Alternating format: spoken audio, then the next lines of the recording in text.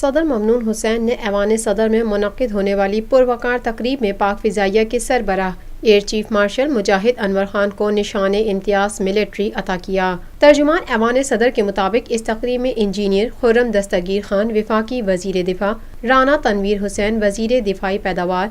Lieutenant general Abdul Qadir Baloch retired وزیر SAFRON, general Zubair Mahmood Hayat chairman joint chiefs of staff committee اور admiral Zafar Mahmood Abbasi سربراہ پاک بحریہ کے علاوہ مسلح افواج کے دیگر اعلی افسران نے شرکت کی۔ بعد ازاں صدر پاکستان نے پاک فضائیہ کے سربراہ سے ملاقات کے دوران انہیں نئی ذمہ داریاں سنبھالنے پر مبارکباد پیش کی اور ان کی کامیابی کے لیے نیک خواہشات کا اظہار کیا۔